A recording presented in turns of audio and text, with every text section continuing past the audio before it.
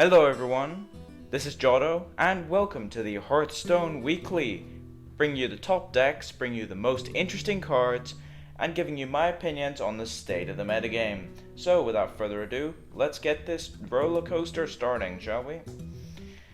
Top 8 of Managrind's tournament. First place, Spa. Second place, J-Rax. Third place, Aimless Gun. Fourth place, Aeromezis. Fifth place, Cold and Ugly 6.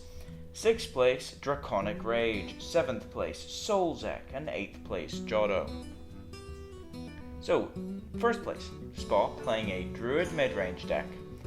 This is a deck that doesn't pop up very many times, but it's a very powerful one. If we look at the standard stuff, the Sentient Shield Masters, Azure Drakes, things like that, but then there's the more interesting techs in this deck, like Cenarius, Hogger, Faceless Manipulator. They work off each other, they provide roadblocks in the case of Hogger and Cenarius, and Faceless Manipulator can copy a Hogger and get 2/2 nulls every turn, or copy something like a Ragnaros and just win him the game. Speaking of Ragnaros, very good way of dealing with him is the one copy of Naturalize in here, which proves that if you get rid of something big enough, it doesn't matter if they draw 2, there's nothing in their deck that's as big.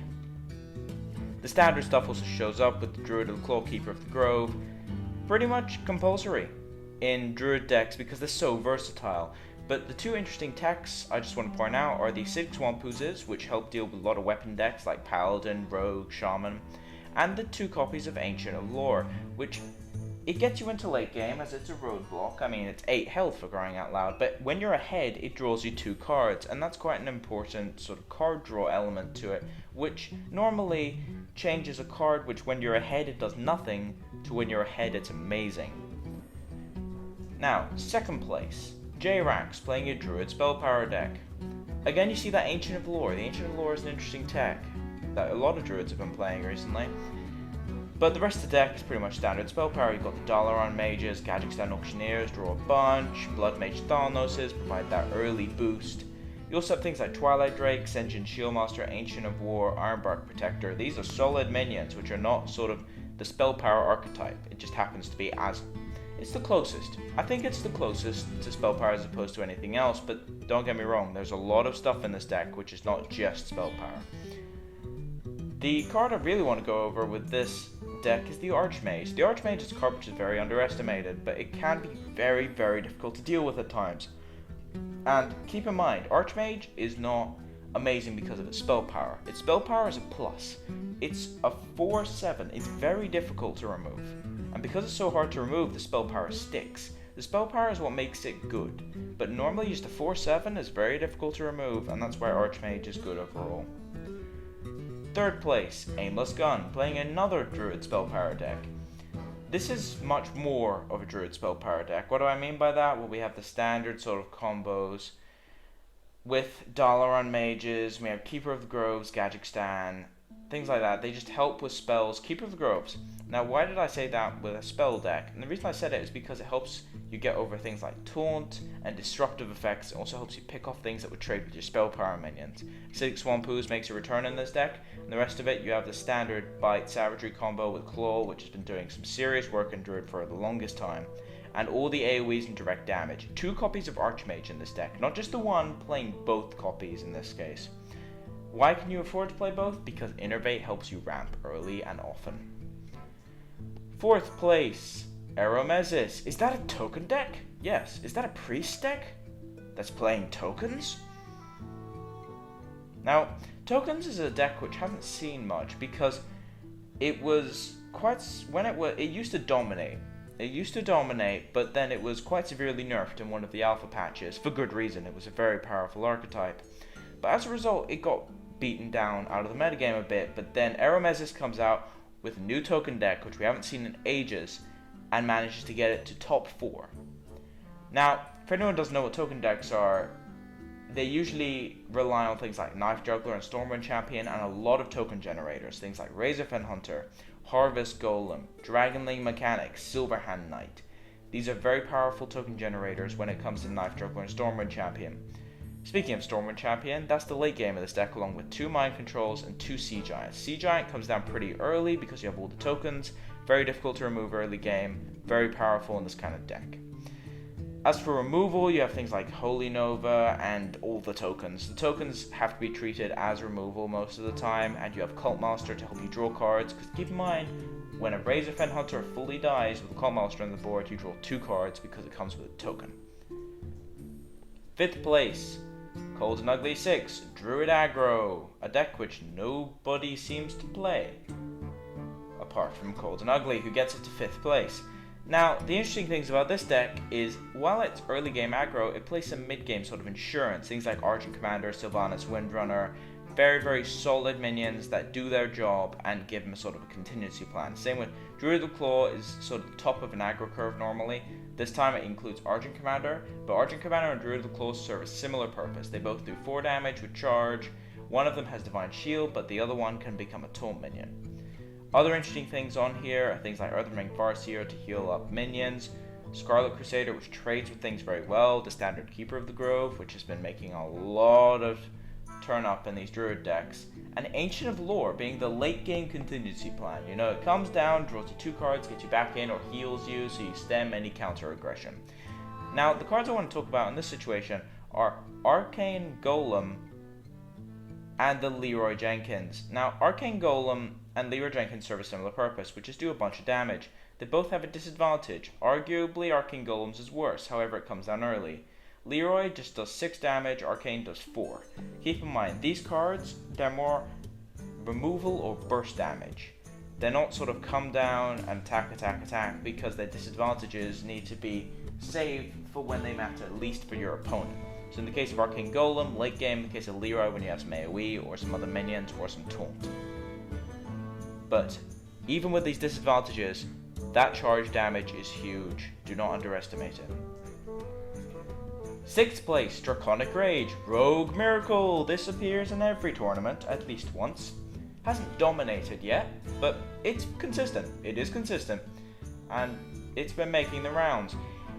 Now, Miracle Rogue is a very oops you're dead archetype, where you just play your questing adventure, conceal it, and they're like, oh, it's just a questing adventure, and there's like a million spells attack for 30. That's what this deck specializes in. It's the only combo deck which actually works right now.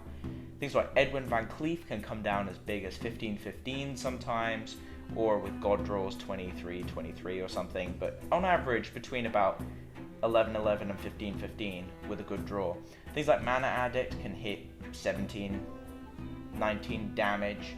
These are huge numbers, and that is why this deck works. It just does the one shot, because if you look at the rest of the deck, without those one shots, it has some serious difficulty killing you.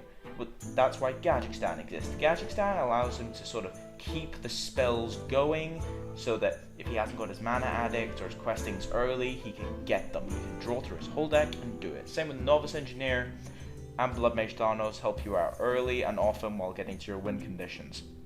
Headcrack provides a plan too, with Sinister Strikes, but they're also cheap cards which help you get the triggers on your Miracle cards. Very well-rounded deck. Miracle Rogue is an archetype which I don't think is going anywhere soon. It's very consistent, very powerful deck overall. Now, 7th, Soul Zek, Druid early mid-range. Wow, there's a lot of Druids this week. We haven't seen this many Druids in ages. Anyway, this is a similar deck to the first place, but this is a different sort of approach. The first place deck had some ramp in it, as in wild growths and things like that. This one's focused a bit more on the early game, but it still has the late game and the Ancient of Lore, Argent Commander, things like that. But it has some of the earlier mid-game cards, like Stampeding Kodo, Twilight Drake. There's Abusive Sergeants in here, Acolyte of Pains, Argent Squires. There's some really early stuff in here to keep on the aggression early and often, and then seal out with the mid-range minions. Now, this is a bit of a weird deck, because you look at where you sort of position it, and it's kind of aggro, it's kind of mid-range, and it's a bit difficult to find out where it is, because it sort of blurs the line. And that's something which a lot of decks try to do, and not many successful, and this one was successful, where it has the aggro early, and then seals the game out between turn 4 and 6 by playing big stuff over big stuff over big stuff. Things like, if you're against aggro, it can just control the board and then slap down a Twilight Drake. Twilight Drake serves as sort of It's either a 6/6 if you go for aggro early, or if you don't get any of your early drops, it's just a massive 9/9 Drake on turn 4, and it just melts the other person's face if they don't have a silence. But then it's not just that. Argent Commander is a very solid minion, and Stampeding Kodo is a tech against a lot of cards. You'd be surprised how many cards Stampeding Kodo kills. It doesn't kill Fairy Dragon, but it kills things like Defias Ringleader that comes down later, Dalaran Mage. These are the significant cards killed by Stampeding Kodo. It's an interesting tech that I think a lot of people are going to start playing with the rise of spell power decks. This is a very well-rounded deck. Very interesting to see a earlier mid-range deck as opposed to the later mid-range decks that we're used to. Now in 8th place, Jotto, Rogue Aggro. Yep, this is my deck again. I'll go over it again, but I did in the last show as well.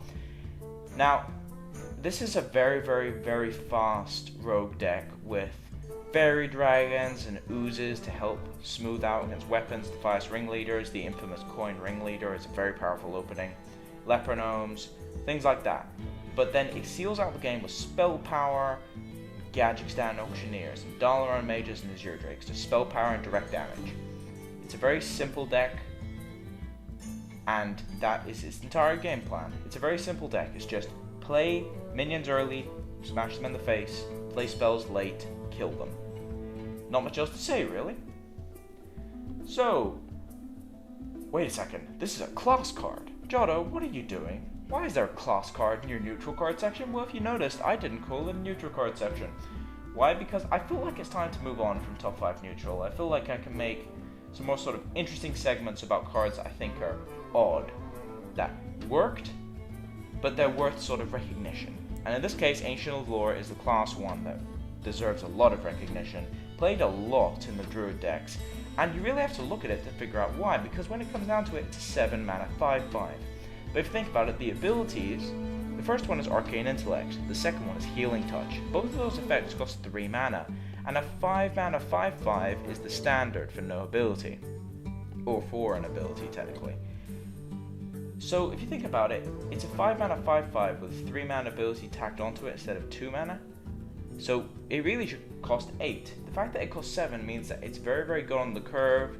It's all in one card, you get to choose. It's like a Swiss Army knife. It helps you when you're behind because it gives you the Time Walk effect, essentially, where you restore 8 health, just negate their last turn because they attacked you, and then you just restored all the health you lost. Or if you're ahead or even, you can draw 2 cards and get card advantage, and suddenly if they remove this thing, oh look, I drew 2 cards and then you lost a card. Okay, I'm okay with this.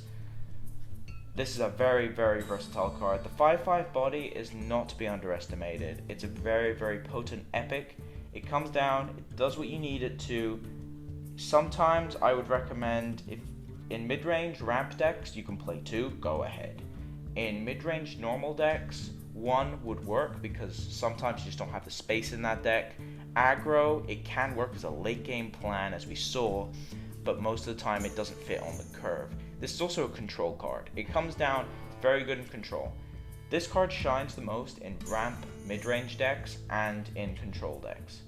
It can have uses in all Druid decks though, don't get me wrong. This is a Swiss Army knife of Druid, very difficult to counter. It's one of the strongest choose one effects in the game.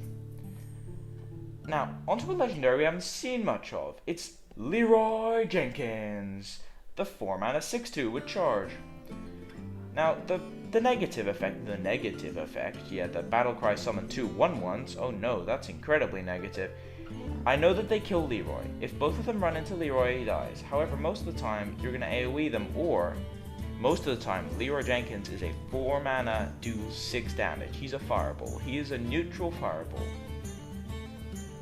That's it. He's a neutral fireball that can be buffed because he's a minion, and he sticks around.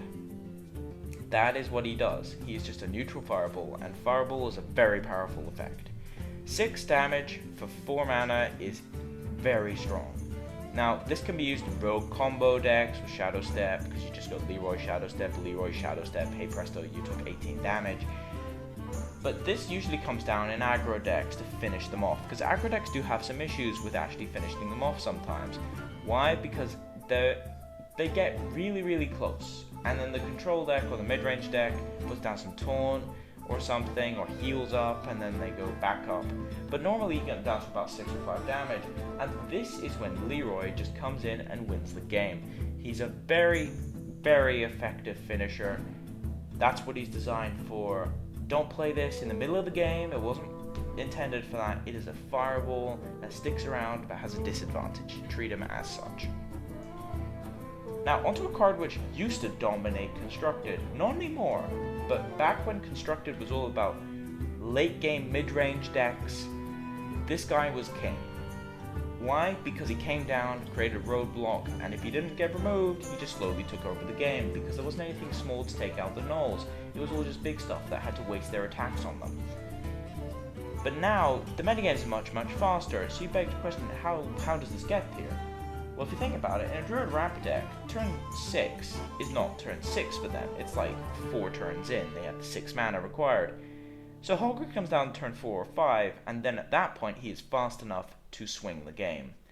At turn 6 he's too slow in the current metagame, but with ramp effects he comes down turn 4 or 5. So he just comes down, he does the roadblock effect, and he trades things off with the gnolls, and if he's not instantly removed, he just slowly wins the game. He's kind of like a Sinjin Shield Master, but he gets protected by his own effect. Just keep in mind that even if you remove him instantly, he did still summon a 2/2 gnoll. He is a 6 mana for 6 attack and 6 health, one of which has taunt and the other one is protected by the taunt, and if you leave him, he gets more and more and more gnolls. Usually, if Holger gets 2 to 3 activations, the game is over. If Holger gets 3 activations, most of the time there's no way back from that. Apart from sometimes with AoE, but even then, you've just earned so much advantage. But even if he only gets 1 activation, they still had to run something into it and then remove him. Very, very strong card. So, there was a lot of Druid this week. Now, I know there was a lot of Druid this week and things like that, but when you think about it, it's sort of the transition of the metagame. So what happened? Basically, the metagame currently in this tournament was very geared against rogues. Rogues were net decked, essentially, where rogues were just being focused down on so many oozes in top 8, it makes sense. But then if you think about it, the other deck that's tier 1 which hasn't shown up in this tournament was Shaman Midrange.